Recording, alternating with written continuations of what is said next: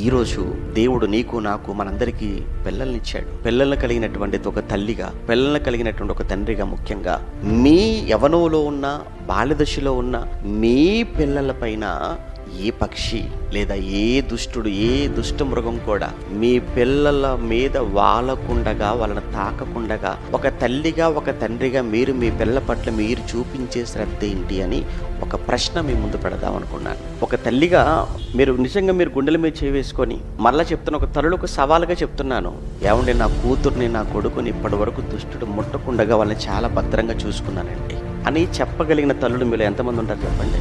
దుష్టుడు కన్ను నా కూతురు మీద పడలేదండి ఇప్పటి వరకు.